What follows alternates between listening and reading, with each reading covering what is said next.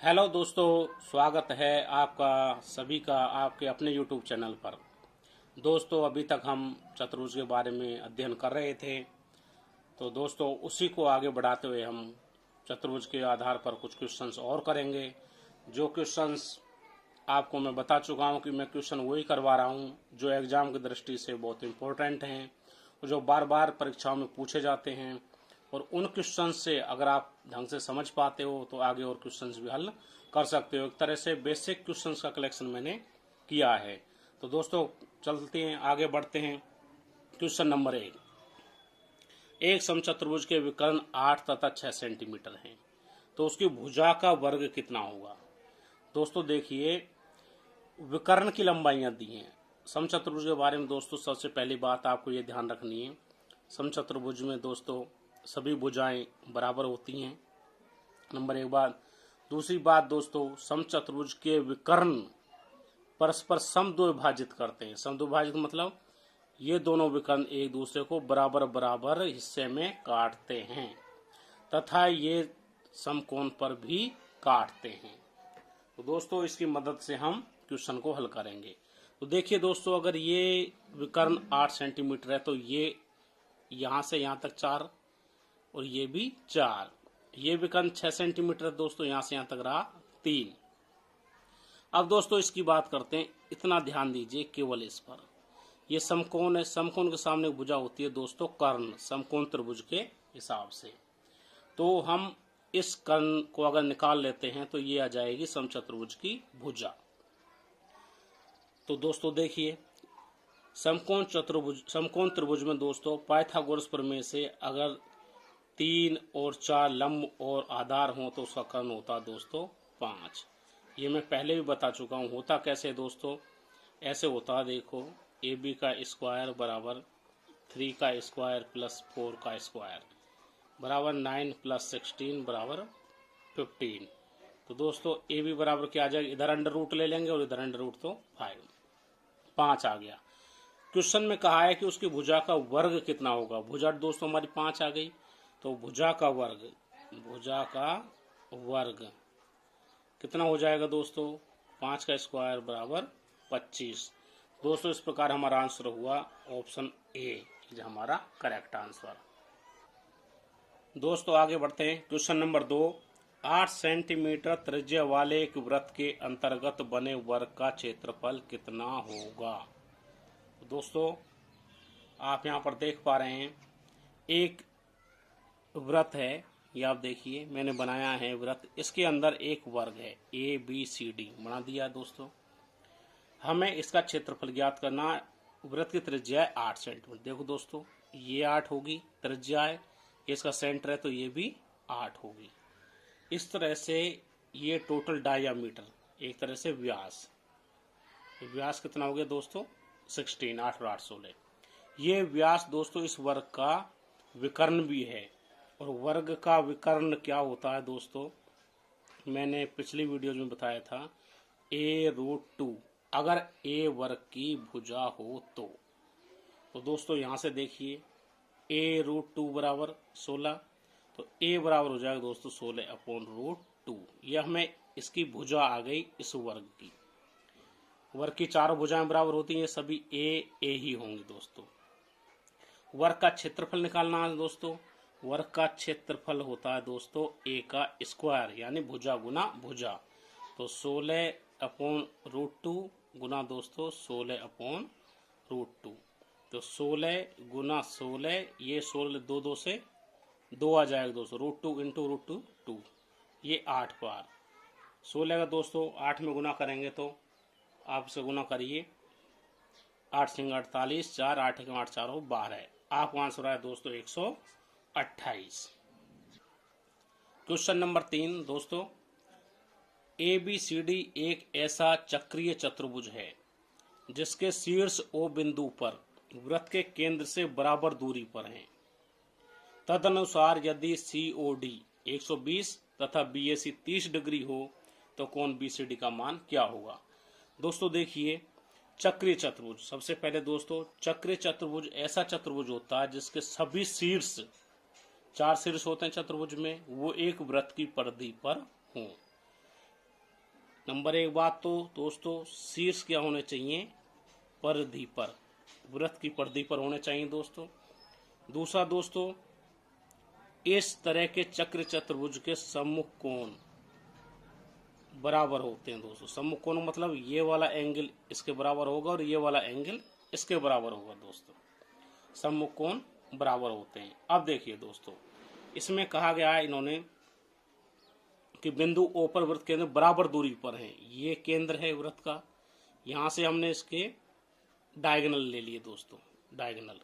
इसके शीर्ष O से बराबर दूरी पर है, तो इसका मतलब यहाँ से यहाँ की डिस्टेंस यही बराबर है, यहाँ से यहाँ ये सारी डिस्टेंस आपस में बराबर है। कौन COD 120 दिया दोस्तों, COD ये एंगल दोस्तों दिया इन्होंने 120 डिग्री। लेकिन दोस्तों आप जानते हो अगर दो रेखाएं परस्पर काटती हैं, क्रॉस की तरह काटती हैं, तो आमने सामने के एंगल भी बराबर होती है। 120 है दोस्तों, ये भी 120 होगा।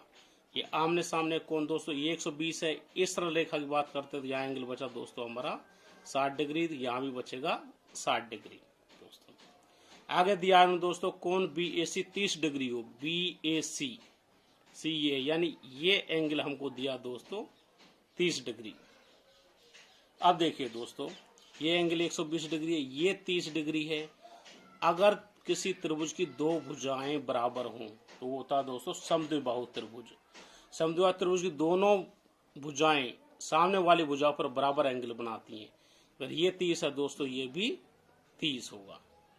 ठीक है दोस्तों, इसी तरह से दोस्तों यहाँ पर देखिए ये भुजाएं इस भुजा के साथ बराबर कोण बने, ये 60 है, तो दोस्तों यहाँ कितना एंगल बचेगा, बराबर बराबर बचना। तो केवल इस त्रिभुज की बात करते हैं। त्रिभुज के तीनों कोणों का योग 180 होता है, ये 60 है, तो दोस्तों ये बराबर है, तो इसलिए ये भी 60 होगा दोस्तों और ये भी 60 होगा। इस तरह से दोस्तों आप देखिए कोण A पर कुल कोण, शीर्ष A पर कुल कोण कितना होगा दोस्तों, 60 + 30 = 90। और दोस्तों चक्र चतुर्भुज के सम्मुख कोण बराबर होते हैं। अगर ये 30 है दोस्तों, 30 और 60 90 है, तो दोस्तों ये पूरा एंगल भी 90 डिग्री ही होगा। और दोस्तों हमसे यही पूछा है कोण BCD का मान, BCD क्या होगा 90 डिग्री। इस तरह दोस्तों हमारा आंसर हुआ 90 डिग्री। चलिए दोस्तों नेक्स्ट क्वेश्चन की बात करते हैं। एक आयत की लंबाई तथा चौड़ाई का अंतर 56 मीटर है। यदि इसका परिमाप 412 मीटर है तो इसका क्षेत्रफल ज्ञात करिए। दोस्तों अगर लेंथ L है और चौड़ाई B है, मान लीजिए L बराबर है दोस्तों X, दोनों को अंतर 56 है, तो दोस्तों इसकी चौड़ाई हो जाएगी X + 56।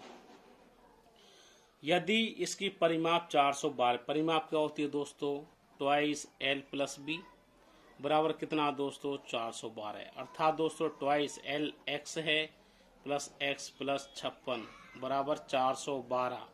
यहाँ से देखिए दोस्तों ये दोनों जुड़ जाएंगे, 2X + 56, 2 से इधर भाग दे देंगे दोस्तों, ये हो जाएगा दोस्तों 206। 2 से भाग देने के बाद में बचा दोस्तों हमारे पास में 206। यहाँ से दोस्तों देखिए 2X बराबर 206 - 56, तो दोस्तों यहाँ पे कितना आ जाएगा, 56 घटाएंगे 206 में से तो दोस्तों 150, और X बराबर आ जाएगा दोस्तों 75, क्योंकि 2X बराबर 150 है, 2 से भाग देंगे तो X बराबर दोस्तों आ गया 75। X यानी कि लंबाई, L बराबर दोस्तों क्या आ गई 75। अब B चाहिए, B क्या दोस्तों X + 56, तो उसमें 56 और ऐड कर दीजिए, एक दोस्तों देखना 131। अब दोस्तों हमें इसका क्षेत्रफल निकालना। क्षेत्रफल दोस्तों आप जानते हो L × B यानी लंबाई गुना चौड़ाई। लंबाई कितनी है दोस्तों 75, चौड़ाई है दोस्तों 131। जब दोस्तों इसका हम गुना करेंगे, आप गुना करके देख सकते हो, तो इसका क्षेत्रफल आएगा दोस्तों इतना। तो आपका आंसर क्या हुआ दोस्तों, answer B is correct answer. दोस्तों नेक्स्ट क्वेश्चन की बात करते हैं। क्वेश्चन नंबर 5, किसी आयत का क्षेत्रफल 108 मीटर स्क्वायर है तथा इसकी लंबाई एवं चौड़ाई का अनुपात 4:3 है। दोस्तों लंबाई एंड चौड़ाई का रेशियो क्या दिया दोस्तों 4:3। इसके विकर्ण की आधी लंबाई क्या होगी। दोस्तों देखिए, छोटा सा डायग्राम बना लेते हैं सुविधा के लिए, वैसे डायरेक्ट भी कर सकते हो पर बना लेते हैं। ये आपका आयत है दोस्तों, ABCD आपको समझाने के लिए बना रहा हूँ दोस्तों। इसका एक विकर्ण है दोस्तों। देखिए, मान लो लंबाई और चौड़ाई 4:3 में है, तो मान लो लंबाई 4x और चौड़ाई इसकी दोस्तों 3x। लंबाई 4x है दोस्तों, ये 3x है, ये 90 डिग्री पर होते हैं दोस्तों, तो इसका कर्ण क्या हो जाएगा दोस्तों 5x। पाइथागोरस प्रमेय से अगर दोस्तों लंबाई चौड़ाई 3 और 4 होती है तो उसका विकर्ण होता है दोस्तों 5, ये आप जानते हैं 5x, ये होगा दोस्तों। अब देखिए इसका क्षेत्रफल हमें दिया हुआ है दोस्तों। क्षेत्रफल क्या होता है, लंबाई गुना चौड़ाई, यानी 4x इंटू 3x बराबर 108। 12x स्क्वायर दोस्तों 108। x स्क्वायर बराबर क्या होगा दोस्तों, 12 से इधर भाग देंगे, 108 अपॉन 12, 12 9 108 दोस्तों। इसका मतलब x बराबर 3। x बराबर 3 आया दोस्तों।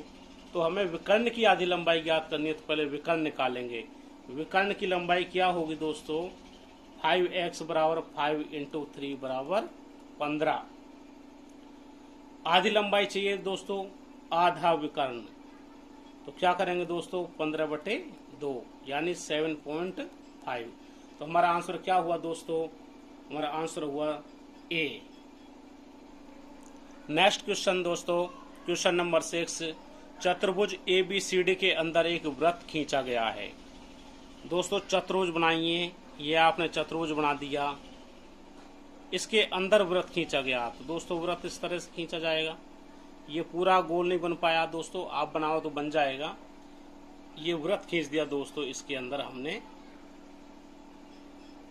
अब दिया दोस्तों AB बराबर 6 सेंटीमीटर, CD बराबर 5 सेंटीमीटर और AD बराबर 7 सेंटीमीटर। तो दोस्तों इसमें पूछा है BC की लंबाई, यानी इस भुजा की लंबाई पूछी है। दोस्तों जब भी चतुर्भुज के अंदर वृत्त हो तो सम्मुख भुजाओं का योग बराबर होता है। दोस्तों इस कंडीशन में सम्मुख भुजाओं का योग दोस्तों बराबर होता है। तो क्या होगा सम्मुख भुजाओं का योग दोस्तों, AB के सम्मुख भुजा CD बराबर AD प्लस BC। AB कितना दोस्तों 6 प्लस CD कितना दोस्तों 5, AD दोस्तों 7 प्लस BC। यहाँ से दोस्तों BC की वैल्यू क्या है, 7 को इधर ले जाएंगे तो 7 5 12 में 7, 7 5 12, 12 में 7 जाएंगे दोस्तों, कितना बचेगा, नहीं 6 5 11, 11 में 7 जाएंगे दोस्तों, बचेगा 4। इस प्रकार दोस्तों हमारा आंसर ये आएगा 4। ये option A is correct sir. Question number 7 दोस्तों, किसी वर्ग के क्षेत्रफल का उसके विकर्ण पर खींचे गए वर्ग के क्षेत्रफल से अनुपात है। दोस्तों देखो कोई वर्ग है, ये हमने वर्ग खींच दिया दोस्तों, कोई भी ये वर्ग है, और दोस्तों इसकी भुजा A है तो ये भी A होगी, ये सभी भुजाएं A होंगी, क्योंकि वर्ग की सभी भुजाएं बराबर होती हैं। ये होगा दोस्तों इसका विकर्ण। विकर्ण पर दोस्तों हमें क्या एक नया वर्ग खींचना है। दोस्तों विकर्ण की लंबाई इनसे ज्यादा होती है, तो ये वर्ग कैसा आएगा दोस्तों, कुछ इस तरह बनेगा, ये हमारा नया वर्ग बनेगा। इस वर्ग का क्षेत्रफल और इस वर्ग का क्षेत्रफल, इन दोनों का अनुपात हमें देखना है। दोस्तों सबसे पहले इस वर्ग का क्षेत्रफल क्या होगा दोस्तों, भुजा का स्क्वायर अनुपात इसका क्षेत्रफल। इसका क्षेत्रफल दोस्तों ये भुजा क्या होगी, इस वर्ग के हिसाब से ये भुजा होगी दोस्तों A√2, क्योंकि वर्ग का विकर्ण क्या होता है दोस्तों A√2, मैंने पहले बताया हुआ है। इसका क्षेत्रफल निकालने के लिए दोस्तों A√2 का स्क्वायर, इस वाले वर्ग का क्षेत्रफल तो निकालिए दोस्तों A², इसका स्क्वायर करेंगे A² इंटू 2, ये से ये कट जाएगा दोस्तों, अनुपात आ जाएगा 1:2। तो हमारा आंसर क्या हुआ दोस्तों, आंसर B। दोस्तों आगे बढ़ते हैं, क्वेश्चन नंबर 8। जैसा कि आप स्क्रीन पर देख पा रहे हैं, किसी वर्ग का विकर्ण 16√2 है तो इसका परिमाप बताइए। दोस्तों वर्ग है, वर्ग का विकर्ण, विकर्ण क्या होता है दोस्तों A√2 बराबर 16√2 दिया हुआ है, तो तो यहाँ से दोस्तों ए बराबर आ गया 16। इसकी परिमाप, वर्ग की परिमाप दोस्तों आप जानते हैं क्या होती है दोस्तों, वर्ग की परिमाप 4 इंटू भुजा, क्योंकि वर्ग की सभी भुजाएं बराबर होती हैं तो भुजा को 4 बार मल्टीपल कर देंगे। 4 इंटू 16 बराबर दोस्तों आ गया 64। तो हमारा आंसर क्या होगा दोस्तों, आंसर बी। दोस्तों क्वेश्चन नंबर 9 की बात करते हैं। ABCD एक चक्रीय चतुर्भुज है। दोस्तों अभी हमने क्वेश्चन किया था, उसमें बताया था चक्रीय चतुर्भुज वह चतुर्भुज होता है जिसके चारों शीर्ष वृत्त की परिधि पर स्थित हों। तो दोस्तों हमने देखो सबसे पहले एक वृत्त बनाया, ये हमारा वृत्त है, इस पर हमने ये चतुर्भुज बना दिया चक्रीय चतुर्भुज। देखिए ABCD ये हमारा चक्रीय चतुर्भुज है। आगे कर यदि AB तथा DC को बढ़ाने पर AB, दोस्तों AB को आगे बढ़ाया, DC को आगे बढ़ाया तो बिंदु P पर ये मिल जाते हैं, ये बिंदु P पर मिल गए। यदि कोण ADC 70 है, दोस्तों देखिए ADC ये 70 है, और कोण DAB 60 डिग्री है, तो कोण BPC हमें ये एंगल ज्ञात करना है। बहुत ही अच्छा क्वेश्चन है दोस्तों, बहुत ही आसान भी है, थोड़ा सा देखेंगे बहुत बढ़िया क्वेश्चन है। देखिए दोस्तों ये चतुर्भुज है दोस्तों, अभी मैंने चतुर्भुज के क्वेश्चन कराया था, उसमें मैंने आपको एक लिखवाया था कि सम्मुख कोण, किसके, चक्रीय चतुर्भुज की बात करेंगे केवल दोस्तों। सम्मुख कोण क्या होते हैं दोस्तों, समपूरक होते हैं। क्या होते हैं दोस्तों, समपूरक होते हैं। समपूरक का मतलब है दोस्तों, एक बात देख, वहां पे मैंने लिखवा दिया था कि कोण बराबर होते हैं। बराबर यूं लिखवाया था दोस्तों कि इधर का एंगल 90 था, इधर का भी फिर 90 होगा, क्योंकि दोनों समपूरक का मतलब है दोनों का योग क्या होता है दोस्तों, सम्मुख कोणों का योग 180 होता है। लेकिन यहाँ पे 90 नहीं है तो इसलिए ये अलग अलग होंगे। वहां पे दोनों का योग, दोनों 90 थे, इसलिए उनको हमने बोला था उस परिस्थिति में कि सम्मुख कोण बराबर होंगे, और यहाँ पर बराबर नहीं होंगे, समपूरक होंगे। देखिए दोस्तों ये एंगल 70 है, तो इसके सामने का एंगल होगा दोस्तों, ये दोनों मिला के 180 होते हैं, तो 180 में से 70 माइनस करेंगे तो दोस्तों ये बचा 180 में से, तो ये बचा 110। ऐसे दोस्तों ये आपका एंगल बचेगा 120 डिग्री। अब देखिए दोस्तों एक रेखा पर बने कुल कोण कितना होता है दोस्तों, 180 होता है, यहाँ 120 है, तो दोस्तों इधर एंगल बचा 60 डिग्री। ऐसे दोस्तों यहाँ एंगल बचेगा 70 डिग्री। अब दोस्तों केवल इस वाले त्रिभुज की बात हम करते हैं। इस त्रिभुज को देखिए दोस्तों, ये हमें पता है, ये हमें पता है, तो ये एंगल हम निकाल सकते हैं, क्योंकि त्रिभुज के तीनों कोणों का योग 180 होता है। तो कितना होगा दोस्तों, 60 प्लस 70 प्लस कोण P बराबर होना चाहिए 180। कोण P निकालेंगे दोस्तों, 60 और 70 कितने हुए दोस्तों, 130, तो 180 माइनस 130 बराबर 50 डिग्री। तो दोस्तों हमारा आंसर हुआ आंसर ए। दोस्तों ये हमने क्या, इसको हम दोस्तों डायरेक्ट भी कर सकते हैं। एक ट्रिक ध्यान रखेंगे, अगर इस तरह का क्वेश्चन बनता है चक्रीय चतुर्भुज का, इस तरह बिंदु आगे मिलते हैं दोस्तों, तो उसका हमेशा ध्यान रखिए, आपको ये दो एंगल दिए हुए थे शुरू में दोस्तों, इन दोनों एंगल को जोड़कर 180 में से डायरेक्ट घटा दीजिए, 180 माइनस 70 माइनस 60, तो भी दोस्तों आपका आंसर 50 ही आएगा। आप इस ट्रिक को डायरेक्ट यूज भी कर सकते हो। आइए दोस्तों आगे बढ़ते हैं। क्वेश्चन नंबर 10, किसी समांतर चतुर्भुज ABCD के विकर्ण BD का मान 18 सेंटीमीटर है। दोस्तों ये डायग्राम थोड़ा स्पष्ट नहीं, दूसरा डायग्राम साफ सुथरा सा बनाते हैं। ये देखिए दोस्तों, ये समांतर चतुर्भुज है, ये देखिए दोस्तों, ये समांतर चतुर्भुज बनाया हमने ABCD। दोस्तों समांतर चतुर्भुज के विकर्ण एक दूसरे को समद्विभाजित करते हैं। ये दोस्तों आप समांतर त्रिभुज में पढ़ चुके हो, समांतर चतुर्भुज में पढ़ चुके हो। ये दोनों समद्विभाजित करते हैं और इस बिंदु का मान लो O है। आगे देखिए तो यदि P व Q त्रिभुज ABC तथा त्रिभुज ADC के केंद्रक हों। ABC का केंद्रक क्या दोस्तों, ABC।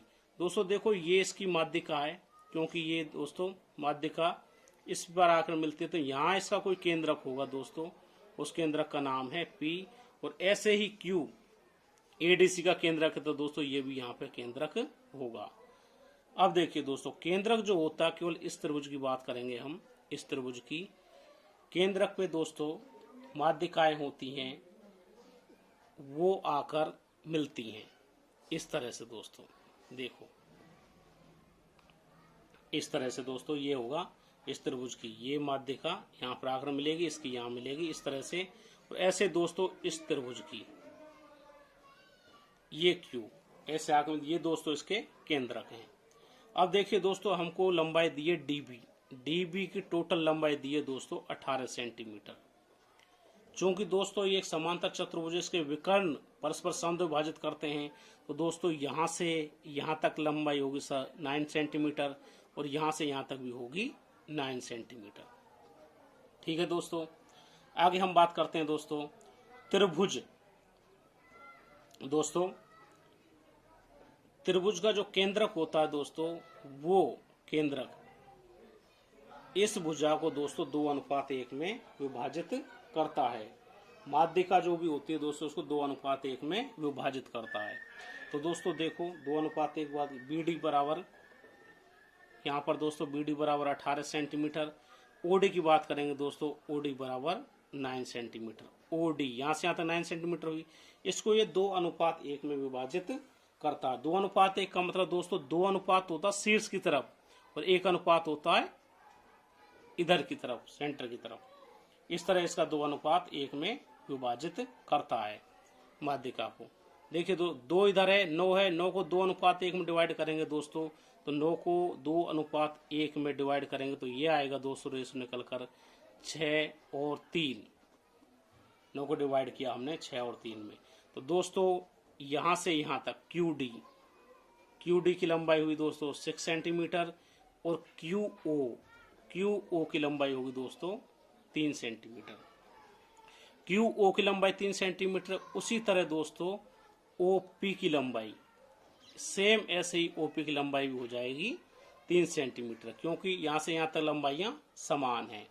दोस्तों हमसे पूछा है पी क्यू की लंबाई ज्ञात करें। दोस्तों पी बिंदु ये है, क्यू बिंदु ये है, यहाँ से यहाँ तक लंबाई 3, यहाँ से यहाँ तक लंबाई 3, तो दोस्तों टोटल लंबाई हो जाएगी पी क्यू की 3 + 3 बराबर 6 सेंटीमीटर। दोस्तों क्वेश्चन थोड़ा सा समझने का है, पर बहुत ही अच्छा क्वेश्चन है, आसान भी है, ऐसा कोई डिफिकल्ट नहीं है।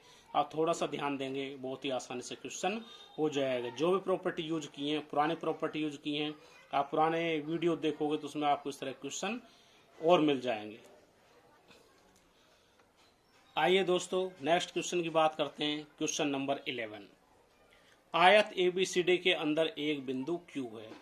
दोस्तों देखिए एक आयत है ABCD, इसके अंदर बिंदु Q है। Q की स्थिति फिक्स नहीं है दोस्तों, कहीं भी हो सकता है, तो इसलिए हमने बिंदु मान लिया Q यहाँ पर है। अब देखिए दोस्तों QA बराबर 3 सेंटीमीटर, QA 3 सेंटीमीटर दिया हुआ दोस्तों, QB 4 सेंटीमीटर, ये Q से B ये 4 सेंटीमीटर, QC 5 सेंटीमीटर, Q से C 5 सेंटीमीटर।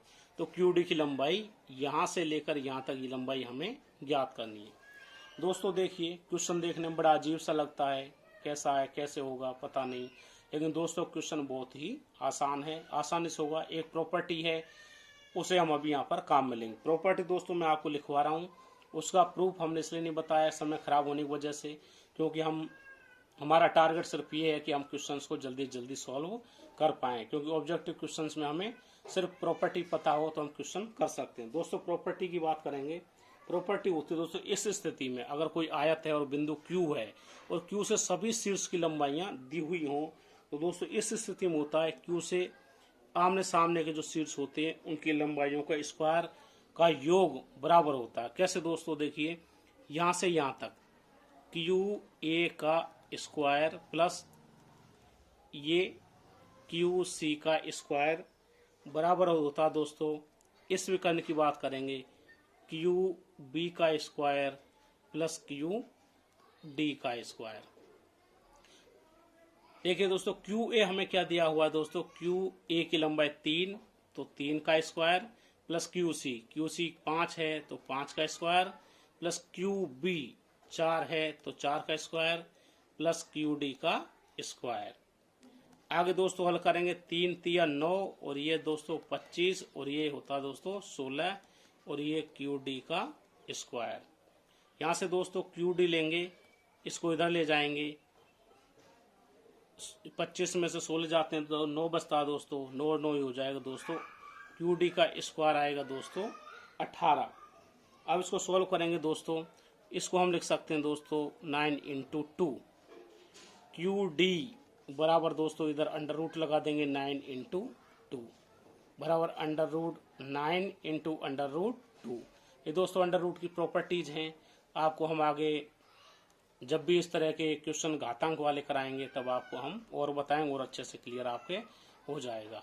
तो देखिए दोस्तों अंडर रूट 9 का वैल्यू होती है दोस्तों 3 और ये रूट 2। तो हमारा आंसर क्या आएगा दोस्तों, यहाँ की वैल्यू आई हमारी 3 अंडर रूट 2। हमारा ऑप्शन में दोस्तों देखिए option B is correct, 3 root 2। इस तरह दोस्तों हम क्वेश्चन को बड़ी आसानी से कर सकते हैं। बहुत ही आसान और अच्छा क्वेश्चन था दोस्तों। आइए दोस्तों आगे बढ़ते हैं क्वेश्चन नंबर 12। दोस्तों आपको क्वेश्चन कैसे समझ में आ रहे हैं या क्वेश्चन में क्या समझ में नहीं आ रहा है, हमें दोस्तों कमेंट्स करके बताते रहिए, जिससे हम वीडियोज को और भी अच्छा बना सकें, जिससे आप उसका और ज़्यादा फायदा उठा सकें। दोस्तों आपके जितने भी दोस्त फ्रेंड्स हों उनको चैनल को शेयर करिए, सब्सक्राइब करवाइए और कमेंट्स करिए, जिससे दोस्तों आपके अलावा और भी जो दोस्त हैं उनको भी फायदा मिल सके। क्योंकि दोस्तों ये ज्ञान है, विद्या है, विद्या को दोस्तों जितना बांटते हैं उतना ये बढ़ती है, इसलिए हमें सिर्फ अपना नहीं औरों का भी ध्यान रखना चाहिए। दोस्तों क्वेश्चन पढ़ते हैं, किसी वर्ग का विकर्ण 4 रूट 2 सेंटीमीटर है, एक अन्य वर्ग का विकर्ण क्या होगा जिसका क्षेत्रफल पहले वर्ग के क्षेत्रफल का दुगुना है। दोस्तों सबसे पहले हम बात करते हैं किसी वर्ग का विकर्ण। एक वर्ग तो ये दिया हुआ है, दूसरे विकर्ण के बारे में वर्ग के बारे में हमें कैलकुलेशन करनी है। तो पहले वर्ग मान लो दोस्तों, पहले वर्ग है फर्स्ट और दूसरा ये सेकंड। पहले वर्ग का विकर्ण यानी कि मान लो पहले वर्ग की भुजा A1 है, पहला वर्ग है भुजा A1 और दूसरा है उसकी भुजा है दोस्तों A2, अन्य वर्ग जिसकी बात कर रहे हैं। दोस्तों इसकी भुजा A1 है तो इसका विकर्ण क्या होता है दोस्तों, A1 रूट 2 बराबर दिया हुआ दोस्तों 4 रूट 2 सेंटीमीटर। यहाँ से दोस्तों A1 आ गया 4 सेंटीमीटर। दोस्तों A1 4 सेंटीमीटर, तो पहले वर्ग का क्षेत्रफल क्या होगा दोस्तों, A1 क्षेत्रफल। भुजा का स्क्वायर होता है दोस्तों 4 इंटू 4 बराबर 16 सेंटीमीटर स्क्वायर। एक अन्य वर्ग की बात कर रहे हैं दोस्तों, अन्य वर्ग का हमें विकर्ण निकालना जिसका क्षेत्रफल पहले वर्ग के क्षेत्रफल से दुगुना हो। ये पहले वर्ग का क्षेत्रफल है तो दोस्तों दूसरे वर्ग का क्षेत्रफल क्या होगा, दुगुना 2 इंटू A1 बराबर 2 इंटू 16 बराबर दोस्तों हो जाएगा 32 सेंटीमीटर स्क्वायर। ठीक है दोस्तों, अब हमें इसका विकर्ण निकालना दोस्तों A2 का, लेकिन विकर्ण निकालने के पहले हमें दोस्तों भुजा पता होनी चाहिए। भुजा क्या होती है दोस्तों A2, ये सेकंड, इसकी भुजा की बात करेंगे तो under root of A2 under root of 32 centimetre. दोस्तों ये भुजा आ गई सेकंड वाले वर्ग की जिसकी हमें विकर्ण निकालनी है। दोस्तों अंडर रूट 32 भुजा आ गई। अब दोस्तों इसका विकर्ण, विकर्ण होता क्या दोस्तों किसी वर्ग के लिए, भुजा इंटू रूट 2। भुजा क्या है दोस्तों, under root 32 into under root 2। देख पा रहे हैं दोस्तों, इसका गुना करेंगे, दोनों अंडर रूट है तो अंडर रूट में आ जाएंगे 32 दूनी दोस्तों 64 और 64 का अंडर रूट होता है दोस्तों 8 सेंटीमीटर। तो दूसरे विकर्ण जो अन्य वर्ग है उसके विकर्ण की लंबाई आएगी दोस्तों 8 सेंटीमीटर। तो दोस्तों आज के लिए इतना ही, बचे हुए क्वेश्चन हम दोस्तों नेक्स्ट वीडियो में करेंगे। और दोस्तों जैसा कि मैंने अभी बताया, आपको हमारे चैनल में जो भी अच्छाई लगे, जो बुराई लगे, जो सुधार करना हो हमें ज़रूर बताइए, जिससे कि हम आपके लिए और बेहतर कर सकें, जिससे आपको और ज़्यादा फायदा मिल सके। दोस्तों ये चैनल सिर्फ आपके लिए है, इसमें किसी तरह कोई चार्ज नहीं है। ये सिर्फ इसलिए दोस्तों जो स्टूडेंट बड़े शहरों में नहीं जा सकते या कोचिंग ज्वाइन नहीं कर सकते वो घर बैठ के तैयारी कर सकें। तो दोस्तों वीडियो देखने के लिए बहुत बहुत धन्यवाद, आपको बहुत बहुत शुभकामनाएं।